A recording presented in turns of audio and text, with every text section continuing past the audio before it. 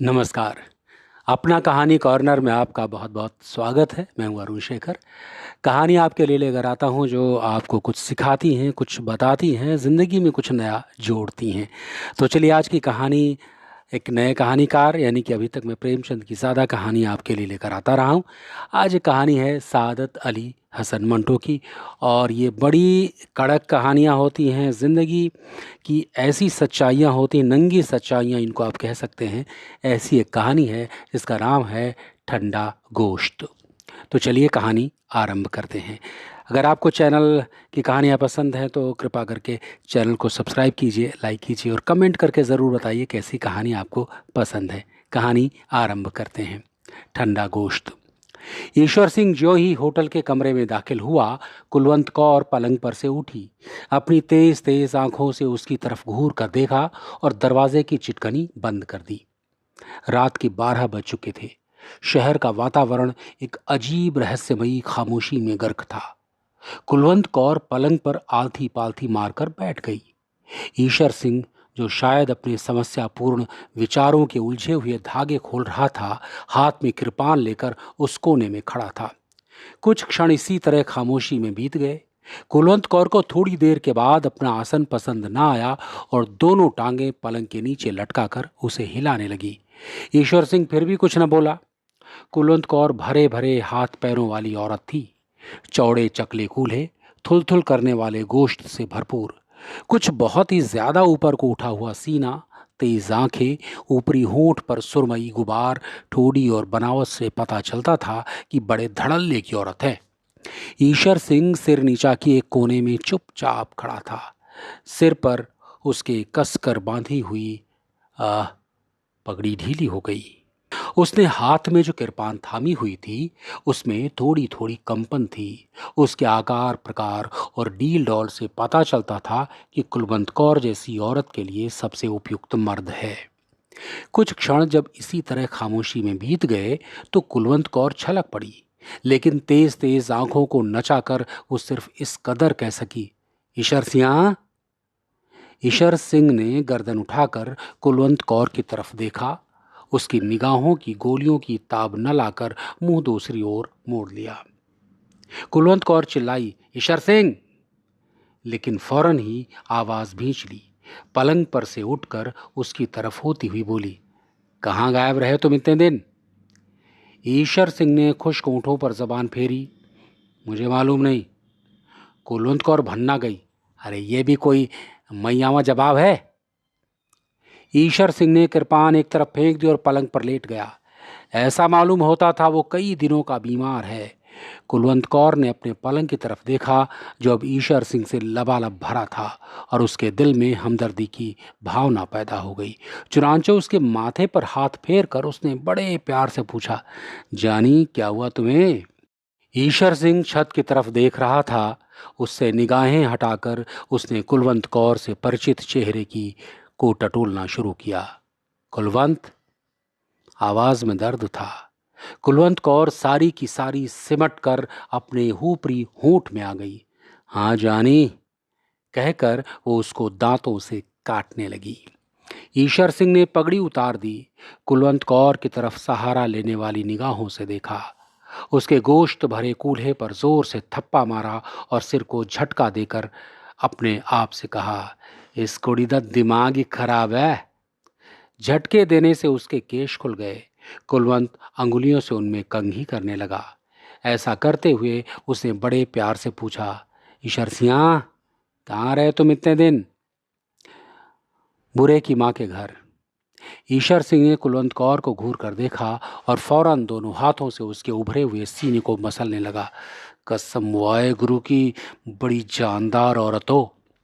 कुलवंत कौर ने एक अदा के साथ ईशर सिंह के साथ झटक दिए, उसके हाथ झटक दिए और पूछा, तुम्हें मेरी कसम, बताओ कहाँ रहे? शहर गए थे?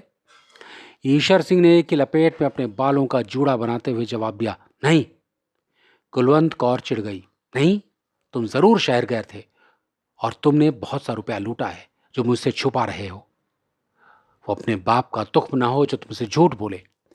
कुलवंत कौर थोड़ी देर के लिए खामोश हो गई, लेकिन फौरन ही भड़क उठी। मेरी समझ में नहीं आता उस रात तुम्हें क्या हुआ। अच्छे भले मेरे साथ लेटे थे। मुझे तुमने वे तमाम गहने पहना रखे थे जो तुम शहर से लूट कर लाए थे। मेरी पप्पियां ले रहे थे, पर जाने एकदम तुम्हें क्या हुआ, उठे और कपड़े पहनकर बाहर निकल गए। ईशर सिंह का रंग जर्द हो गया। कुलवंत ने यह तब्दीली देखते ही कहा, देखा देखा कैसे रंग पीला पड़ गया ईशर सिंह। कसम वाहे गुरु की, जरूर कुछ दाल में काला है। तेरी जान कसम, कुछ भी नहीं। ईशर सिंह की आवाज बेजान थी। कुलवंता कौर का शुबहा और ज्यादा मजबूत हो गया। ऊपरी होंठ भींच कर उसने एक एक शब्द पर जोर देते हुए कहा, ईशर सिंह, क्या बात है। तुम वो नहीं हो जो आज से 8 रोज पहले थे। ईशर सिंह एकदम उठ बैठा, जैसे किसी ने उस पर हमला किया हो। कुलवंत कौर को अपने मजबूत बाजुओं में समेट कर उसने पूरी ताकत के साथ झंझोड़ना शुरू कर दिया। जानी मैं वही हूं, गुट गुट कर पाजप्पियां तेरी निकले हड्डी द गर्मी। कुलवंत कौर ने कोई बाधा न दी, लेकिन वो शिकायत करती रही, तुम्हें उस रात क्या हो गया था। पूरे की माँ का वो हो गया था, बताओगे नहीं? कोई बात हो तो बताऊं? मुझे अपने हाथों से जलाओ, अगर झूठ बोलो। ईशर सिंह ने अपने बाजू अपने गर्दन में डाल दिए और होंठ उसके होंठ पर गड़ा दिए। मूछों के बाल कुलवंत कौर के नथुनों में घुसे तो उसे छींक आ गई।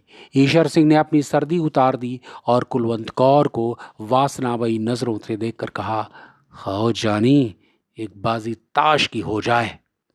कुलवंत कौर के ऊपरी होंठ पर पसीने की नन्ही नन्ही बूंदें फूट आई। एक अदा के साथ उसने अपनी आंखों की पुतलियां घुमाई और कहा, चल दफा हो। ईशर सिंह ने उसके भरे हुए कूल्हे पर जोर से चुटकी भरी। कुलवंत कौर तड़प कर एक तरफ हट गई। ना कर ईशर सिंह, मेरे दर्द होता है। ईशर सिंह ने आगे बढ़कर कुलवंत कौर की ऊपरी होंठ और अपने दांतों तले दबा लिया और कचकचाने लगा। कुलवंत कौर बिल्कुल पिघल गई। ईशर सिंह ने अपना कुर्ता उतार कर फेंक दिया और कहा, तो फिर हो जाए तो अब चाल। कुलवंत कौर का ऊपरी होंठ कपकपाने लगा। ईशर सिंह ने दोनों हाथों से कुलवंत कौर की कमीज का बेरा पकड़ा और जिस तरह बकरे की खाल उतारते हैं उसी तरह उसको उतार कर एक तरफ रख दिया। फिर उसने घूर कर उसने नंगे बदन को देखा और जोर से उसके बाजू पर चुटकी भरते हुए कहा, कुलवंत, कसम वाहे गुरु की, बड़ी करारी औरत हो तुम। कुलवंत कौर अपने बाजू पर उभरते हुए धब्बे को देखने लगी। बड़ा जालिम है तू ईशर सिंह। ईशर सिंह अपनी घनी काली मूछों में मुस्कुराया। अरे होने दे आज जालिम। और ये कहकर उसने और जुल्म ढाने शुरू किए। कुलवंत कौर का ऊपरी होंठ दांतों तले किचकिचाया, कान की लवों को काटा, उभरे हुए सीने को भंभोड़ा, भरे हुए कूल्हों पर आवाज पैदा करने वाले चांटे मारे, गालों के मुंह भर भर कर बोसे लिए, चूस चूस कर उसका सीना थूथों से लथेड़ दिया। कुलवंत कौर तेज आंच पर चढ़ी हुई हांडी की तरह उबलने लगी। लेकिन ईशर सिंह उन तमाम हीलों के बावजूद खुद में हरकत पैदा न कर सका।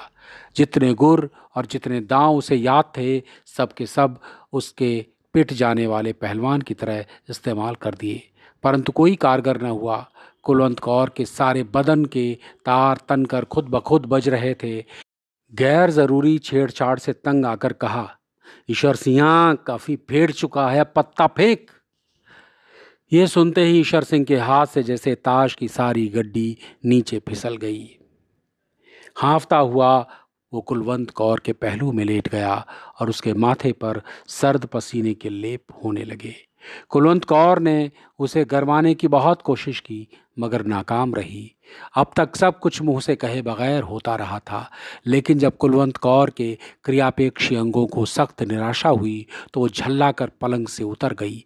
सामने खूंटी पर चादर पड़ी थी, उसे उतार कर उसने जल्दी जल्दी ओढ़कर और नथुने फुलाकर बेफरे हुए लहजे में कहा, ईशर सिंह, कौन है वो हरामजादी जिसके पास तू इतने दिन रहकर आया है और जिसने तुझे निचोड़ डाला है। कुलवंत कौर गुस्से से उबलने लगी। मैं पूछती हूँ, कौन है वो चड्डो? हाय वो उल्फती, कौन है वो चोर पत्ता?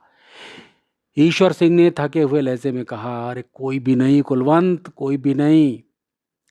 कुलवंत कौर ने अपने उभरे हुए कूल्हों पर हाथ रखकर एक दृढ़ता के साथ कहा, ईशर सिंह, मैं आज झूठ सच जान कर रहूंगी। खा वाहेजू की कसम, इसकी तय में कोई औरत नहीं है। ईशर सिंह ने कुछ कहना चाहा, मगर कुलवंत कौर ने इसकी इजाजत न दी। कसम खाने से पहले सोच ले कि मैं भी सरदार निहाल सिंह की बेटी हूं, तक का बोटी कर दूंगी अगर तूने झूठ बोला, समझा? अब खा वाहे गुरु जी की कसम, इसकी तय में कोई औरत नहीं है। ईशर सिंह ने बड़े दुख के साथ हाँ में सिर हिलाया। कुलवंत कौर बिल्कुल दीवानी हो गई। लपक कर कोने में से कृपान उठाई, म्यान को केले के छिलके की तरह उतार कर फेंक दिया और ईशर सिंह पर वार कर दिया। आन की आन में लहू के फव्वारे छूट पड़े। कुलवंत कौर को इससे भी तसल्ली न हुई तो उसने वहशी बिल्लियों की तरह ईशर सिंह के केश नोचने शुरू कर दिए। साथ ही साथ वो अपनी नामालूम सौत को मोटी मोटी गालियां देती रही। ईशर सिंह ने थोड़ी देर बाद दुबली आवाज में विनती की, जाने दे अब कुलवंत, जाने दे। आवाज में बला का दर्द था। कुलवंत कौर पीछे हट गई। खून ईशर सिंह के गले में उड़ उड़कर उसकी मूंछों पर गिर रहा था। उसने अपने कांपते होंठ खोले और कुलवंत कौर की तरफ शुक्रिया और शिकायतों की मिलीजुली निगाहों से देखा। मेरी जान, तुमने बहुत जल्दी की, लेकिन जो हुआ ठीक है। कुलवंत कौर ईर्ष्या से फिर भड़की, मगर वो कौन है मेरी मां? लहू ईश्वर सिंह की जबान तक पहुंच गया। जब उसने उसका स्वाद चखा तो उसके बदले में झुरझुरी सी दौड़ गई। और मैं और मैं बेनी अच्छे आदमियों को कत्ल कर चुका हूं इसी कृपान से। कुलवंत कौर के दिमाग में दूसरी औरत थी। मैं पूछती हूं, कौन है वो हरामजादी? ईश्वर सिंह की आंखें धुंधला रही थी। एक हल्की सी चमक उसमें पैदा हुई और उसने कुलवंत कौर से कहा, गाली न दे उस भड़वी को। कुलवंत कौर चिल्लाई, अरे मैं पूछती हूं कौन है? ईश्वर सिंह के गले में आवाज रुंध गई। बताता हूं, कहकर उसने अपनी गर्दन पर हाथ फेरा और उस पर अपनी जीता जीता खून देकर मुस्कुराया। इंसान माइया भी एक अजीब चीज है। कुलवंत कौर उसके जवाब का इंतजार कर रही थी। ईशर सिंह, तू मतलब की बात कर। ईशर सिंह की मुस्कुराहट उसकी लहू भरी मूछों में और ज्यादा फैल गई। मतलब ही की बात कर रहा हूं। गला चिरा हुआ है माइया मेरा। अब धीरे धीरे ही सारी बात बताऊंगा। और जब वो बताने लगा तो उसके माथे पर ठंडे पसीने के लेप होने लगे। कुलवंत, मेरी जान, मैं तुम्हें नहीं बता सकता मेरे साथ क्या हुआ। इंसान कुड़ियाँ भी एक अजीब चीज़ है। शहर में लूट मची तो सबकी तरह मैंने भी उसमें हिस्सा लिया। गहने पाते रुपए पैसे जो भी हाथ लगे वे मैंने तुम्हें दे दिए, लेकिन एक बात तुम्हें न बताई। ईश्वर से ने घाव में दर्द महसूस किया और कराहने लगा। कुलवंत, कौन ने उसकी तरफ तवज्जो न दी और बड़ी बेरहमी से पूछा, अरे कौन सी बात? ईश्वर सिंह ने मूंछों पर जमे हुए जरिए उड़ाते हुए कहा, जिस मकान पर मैंने धावा बोला था उसमें सात आदमी थे। 6 मैंने कत्ल कर दिए इसी कृपान से जिससे तूने मुझे छोड़। इसे सुन, एक लड़की थी, बहुत ही सुंदर। उसको उठाकर मैं अपने साथ ले आया। कुलवंत कौर खामोश सुनती रही। ईश्वर सिंह ने एक बार फिर फूंक मारकर मूंछों पर से लहू उड़ाया। कुलवंती जानी, मैं तुमसे क्या कहूं, कितनी सुंदर थी।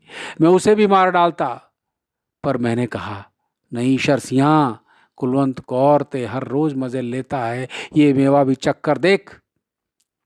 कुलवंत कौर ने सिर्फ इस कदर कहा, और मैं उसे कंधे पर डालकर चला दिया। रास्ते में क्या कह रहा था मैं? हाँ, रास्ते में नहर की पटरी के पास तुअड़ की जाड़ियों तले मैंने उसे लिटा दिया। पहले सोचा कि फेंटू, फिर ख्याल आया कि नहीं। ये कहते कहते ईश्वर सिंह की जबान सूख गई। कुलवंत ने थूक लिगर कर हलक तर किया और पूछा, फिर क्या हुआ? ईश्वर सिंह के हलक से मुश्किल से शब्द निकले, मैंने पत्ता फेंका, लेकिन उसकी आवाज डूब गई। कुलवंत कौर ने उसे झिंझोड़ा, अरे फिर क्या हुआ? ईश्वर सिंह ने अपनी बंद होती आंखें खोली और कुलवंत कौर के जिस्म की तरफ देखा, जिसकी बोटी बोटी थिरक रही थी। वो मरी हुई थी, लाश थी, बिल्कुल ठंडा गोश्त। जानी, मुझे अपना हाथ दे। कुलवंत कौर ने अपना हाथ ईश्वर सिंह के हाथ पर रखा, जो बर्फ से भी ज्यादा ठंडा था। तो ये थी मार्मिक कहानी सादत हसन मंटो की। इतनी ज़बरदस्त कहानियाँ मंटो ने लिखी है, जो ज़िंदगी की और जो बंटवारा हुआ था, बंटवारे के दौर की कहानियाँ हैं। इतनी ख़तरनाक, इतनी ज़बरदस्त, दिल को हिला देने वाली कहानियाँ।